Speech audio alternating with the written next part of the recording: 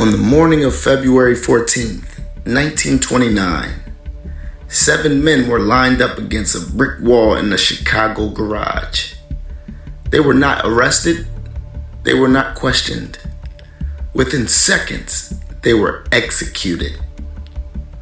This became known as the St. Valentine's Day Massacre. But the real story is quieter, colder, and more calculated than most people realize. Chicago during Prohibition was not ruled by law. It was ruled by territory. On the south side, Al Capone controlled alcohol distribution, protection, and fear itself. On the north side, George Bugs Moran refused to fall in line. Their rivalry wasn't personal, it was business. And business was booming. Capone understood something important. Killing Moran openly would start a war he couldn't control. So instead, he planned something smarter. A fake alcohol deal was arranged. Moran's men were told to meet at a garage on North Clark Street. They trusted the setup.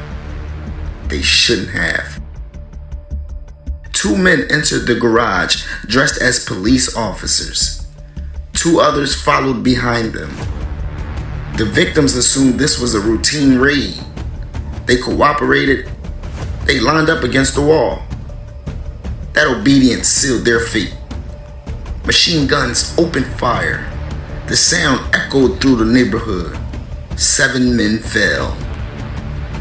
Moran wasn't there. He had arrived late.